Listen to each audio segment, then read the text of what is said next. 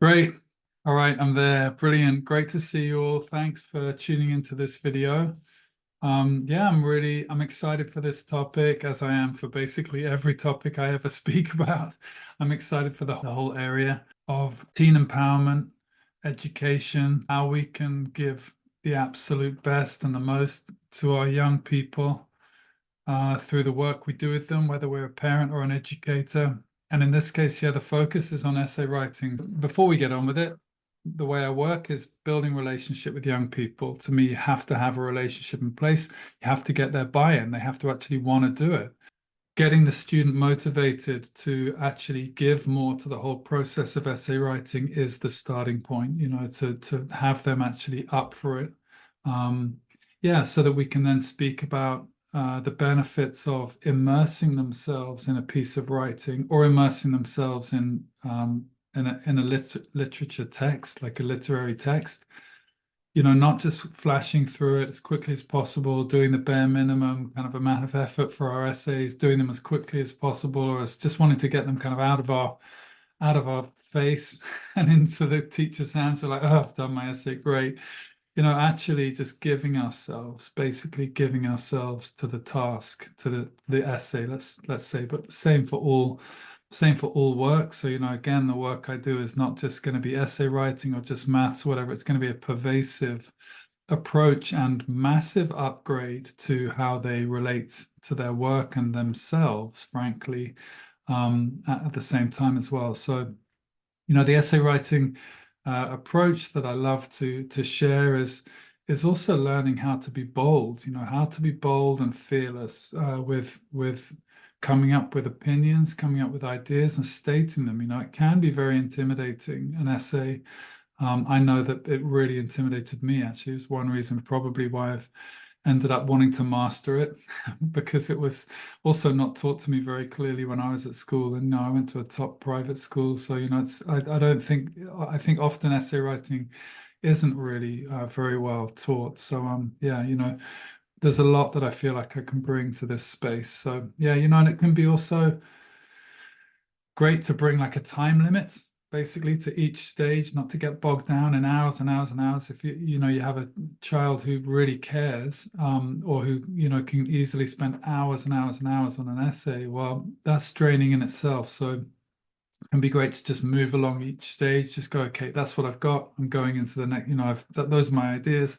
I'm going into like structuring those ideas, then I'm just going to write my introduction, get the first paragraph done, whatever it is. Just like keep going, keep an eye on the time, maybe give yourself an hour and a half to get the whole thing done. And just rather than like endless time and not that focused, maybe, the usual things, distractions, procrastination, phones, social media, whatever, interruptions of concentration or literal interruptions, also taking that into account, just getting it done, immersing, really giving yourself to it for a period of time to just get it done and setting the timer. Pomodoro technique is something that's often talked about. A 20-minute timer, that is, for cooking your pasta in Italy. So the plastic red tomato timer that became a classic, where it's cut in half and you turn it and it times for 20 minutes for cooking presumably homemade pasta, which takes possibly a bit longer than the stuff that we buy. So yeah, that also focusing, okay, 20 minutes is not going to be long enough to write an essay, but 20 minutes to plan it and write the introduction or something, or 20 minutes, just a 20-minute blast of like, right, I'm just going to go for it for 20 minutes. Something like that can just be also great for essay writing. Yeah, so we want to bring freshness to it. We don't want it to be boring. We want to bring life to it. We want it to be a real, meaningful, like, yeah, is this a worthwhile piece of communication from one person to another? Come out of this mindset of like, this is a GCSE essay where I'm just trying to get marks and that's the game. No, like, let's actually write something that really is a communication from you or from your child to another person. Does it make sense? So many essays don't make sense. Like if we applied the Oxford University approach to essay writing, so I've heard they have like a tutor and two students. And right from week one, the first essay that they do, they come in and they read their essays to each other, the two students, and then it's the job of the tutor and the other student to criticize, like in a supportive way, of course, but like just to say like which bits they thought were valuable and useful, which bits they understood, which bits they didn't understand. Wow. After a few weeks, that really gets people writing something that's actually going to be well received by someone who's reading it. So there isn't this kind of like secret ballot thing where you just give in your essay and then somebody anonymous reads it and then it comes back with a grade. You actually have someone in front of you who's like, what are you talking about? What does that mean? I don't get that bit, or that just sounds a bit off. And you're like, okay, yeah, that is a bit off. Yeah, that doesn't make any sense. And so then you quickly start writing in a way that's actually meaningful and valuable. And of course, when you start doing that, it also becomes a lot more enjoyable, like way more enjoyable to write because you're like, okay, I've got to get my point across. You're really invested in it as a meaningful process. So yeah, you start to make it clearer, make it more understandable, start to respond also to the criticism or the guidance that you've been given by your peer or by your tutor. So yeah, that's also the model we're going to be using in the course, and will always be the model that I'll use with groups, is to really share our writing with each other and just in a safe way.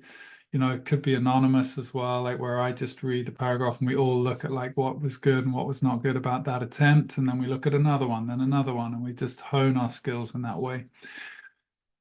Yeah, so ultimately we want to end up in a place where we're writing with flair and a passion and a sense of meaningful meaning and a sense of boldness of like, great, I've got these ideas, I've got some evidence that can back them up, and I'm going to lay it down. I'm going to lay it down like really bold and clear. And that's definitely one of my obsessions, is just halving the sentence length a lot of the time, weeding out, just getting in there with the machete, so to speak, just cutting out words, editing, even just the editing process of looking at a paragraph and going, okay, that's twice as long as it should be. There's a lot of stuff in there that's hiding the real meaning from me as a reader, making me work a lot harder to get the meaning. Yeah, and just to start in another place, there's no shortcuts for writing literature essays, as in you have to know the books. You've got to have read the books and immersed yourself in the enjoyment of reading the books, to get to that stage where you're like, yeah, I've read it over, I've settled down with it, hopefully a couple of times. That's the best way.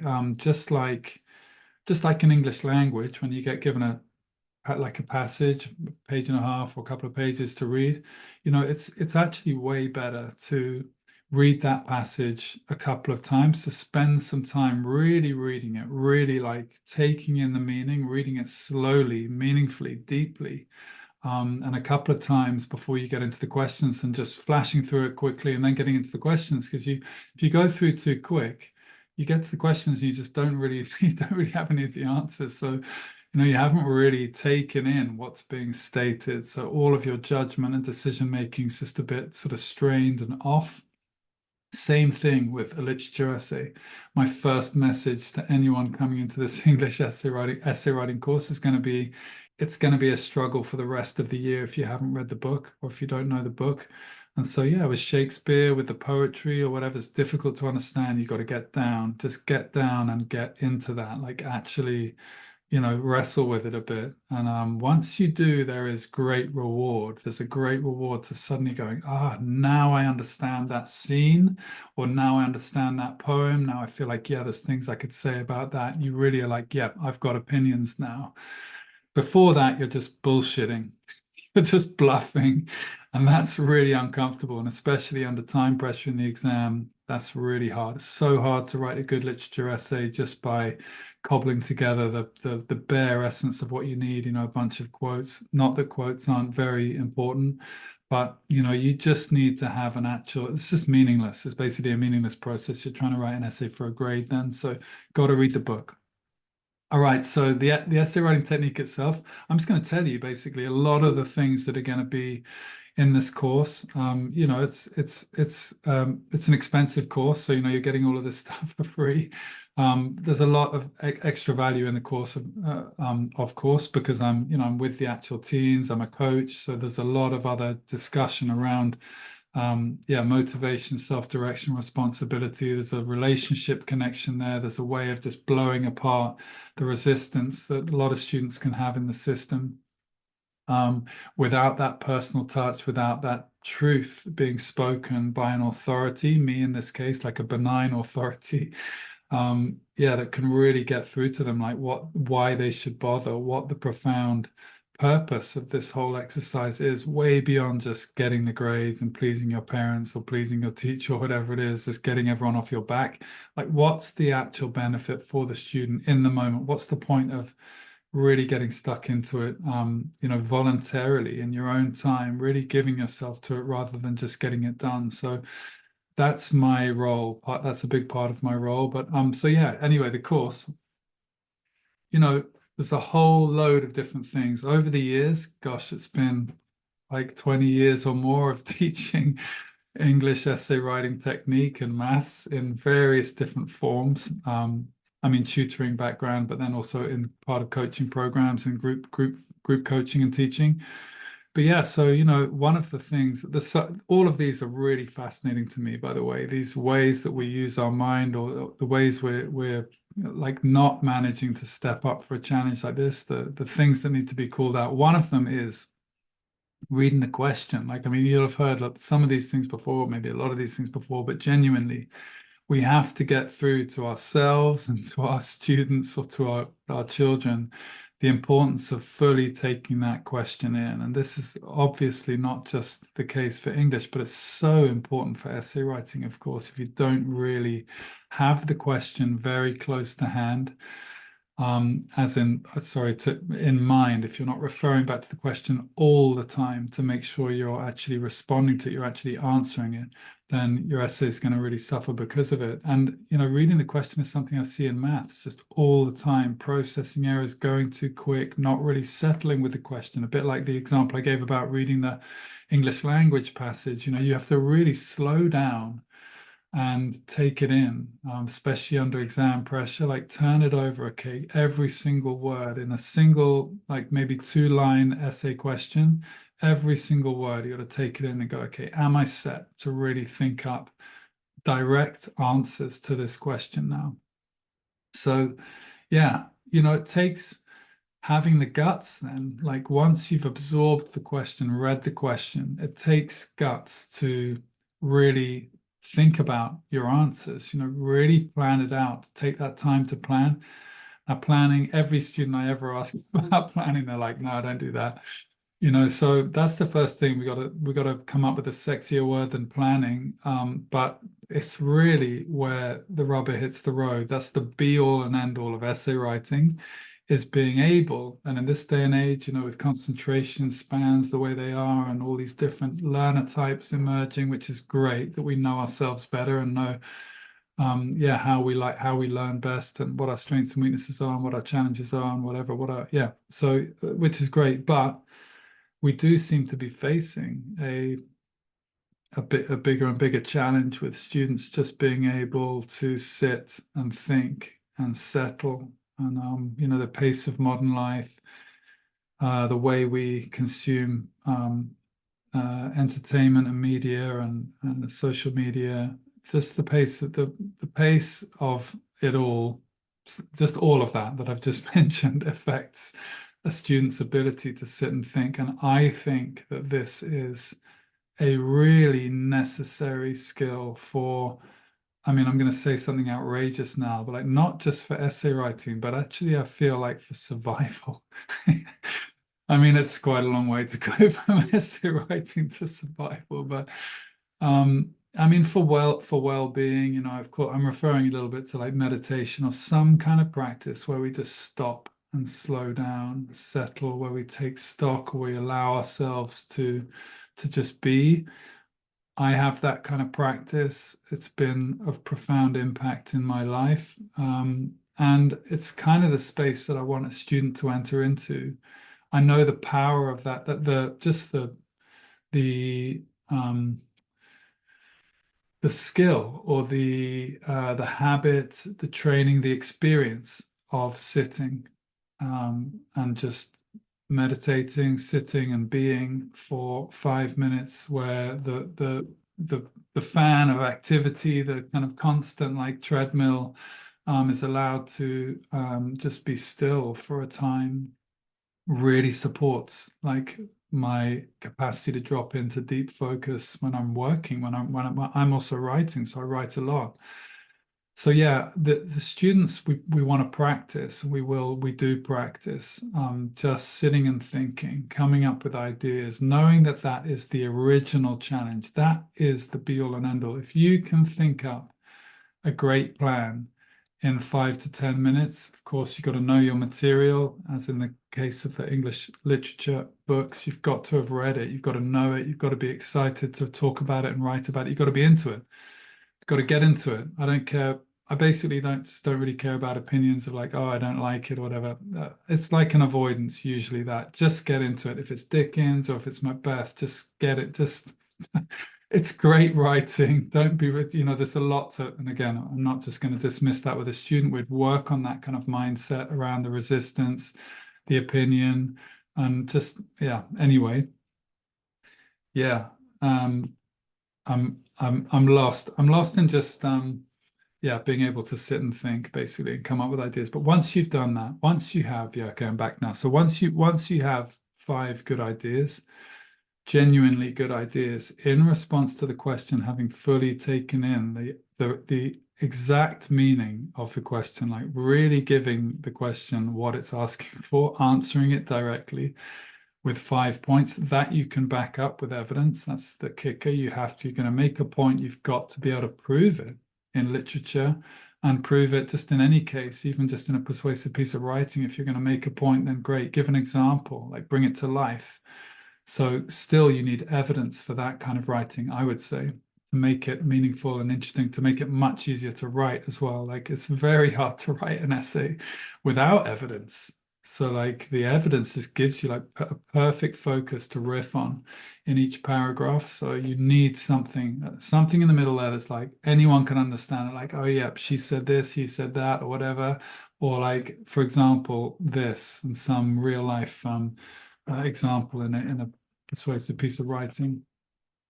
Yeah, once you have that plan, wow, it's so easy to write. Like everyone's like, oh, okay, I can't know what I'm doing now. Like, okay, we can work on the paragraphing, we can work on the writing style, we can work on loads of other things, but really, the hardest part, so to speak, is done then. You're like, okay, I've got my points. I know I can turn them, especially with the course or with some training.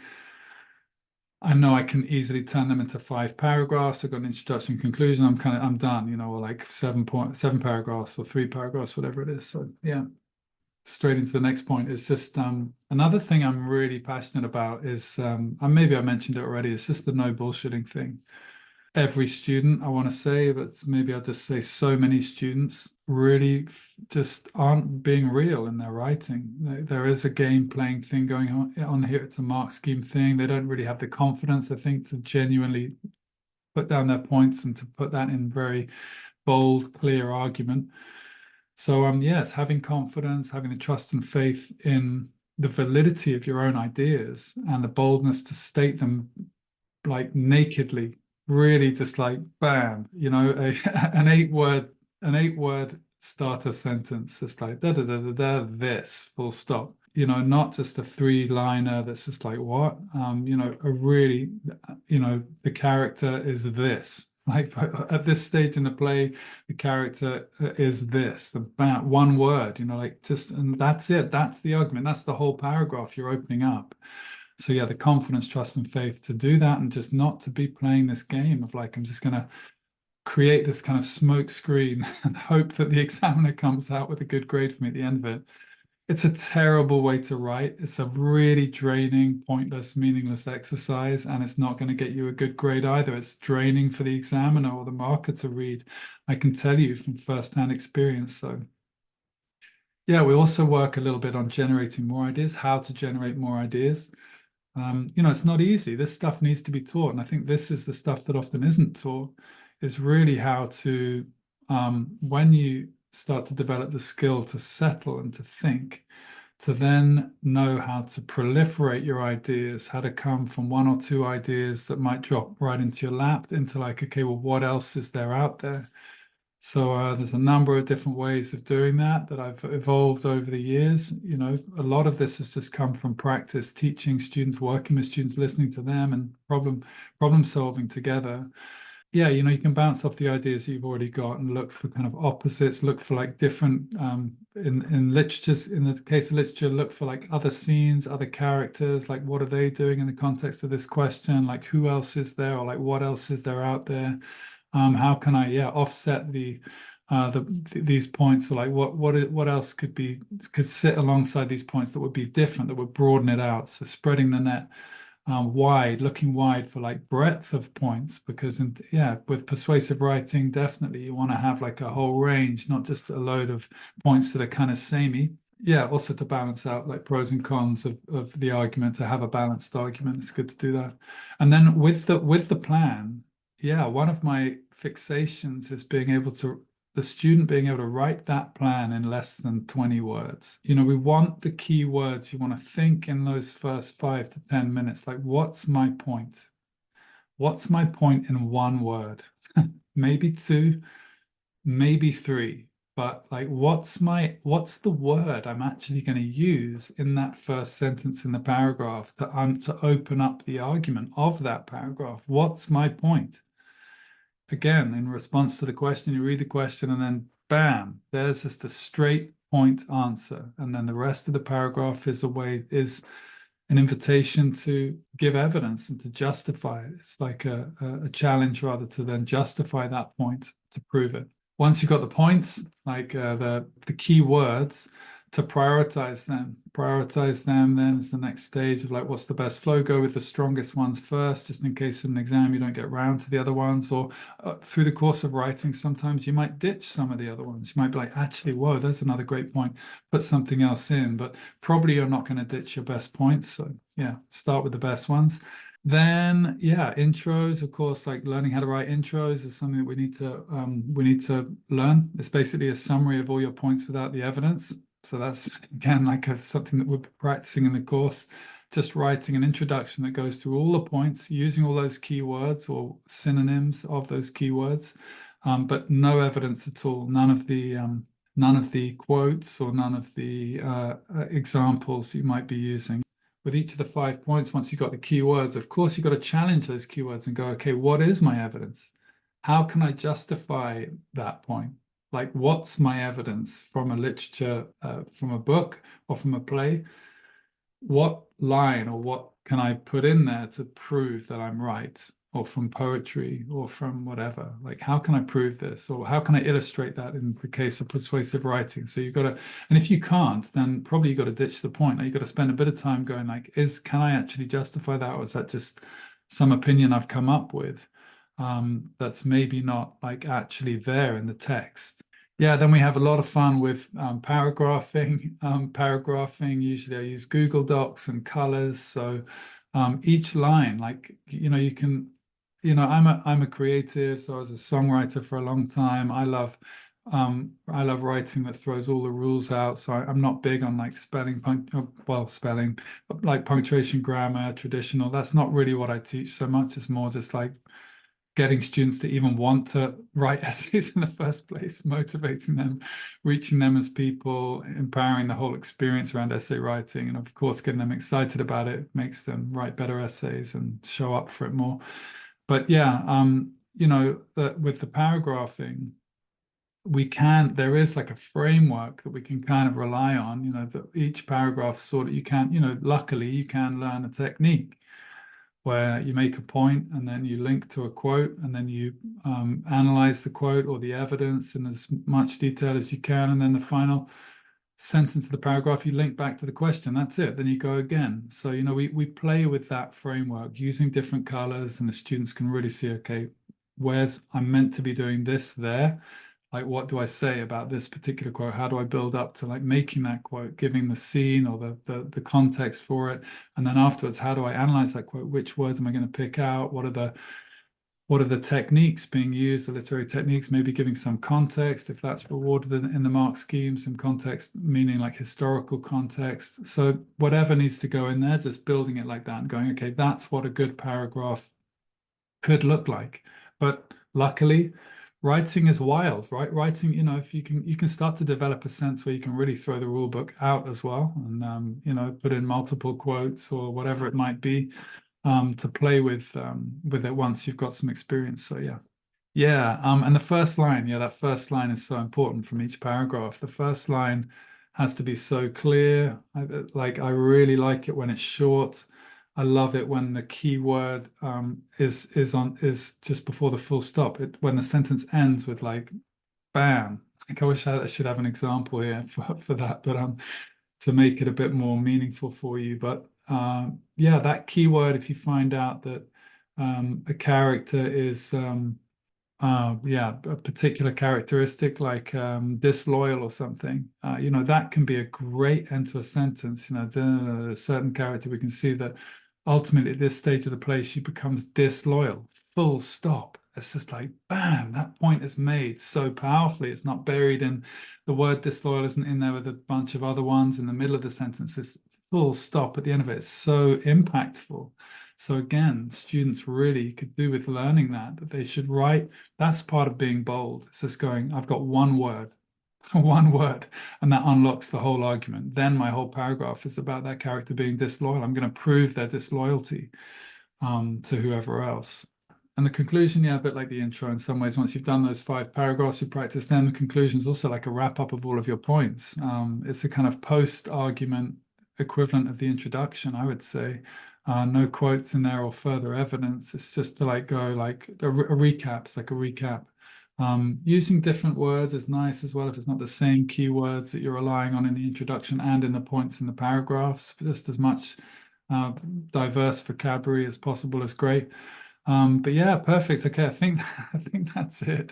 There's lots of different ways I love to do this, like to also draw on like popular media, like Friends or The Simpsons or something, or whatever it might be, to kind of practice with like character analysis and brainstorming for ideas, learning how to make a plan to write a whole, and just planning, not even writing the essay is a great thing to do. Just like, okay, here's another essay question, plan something, 5 minutes, 10 minutes.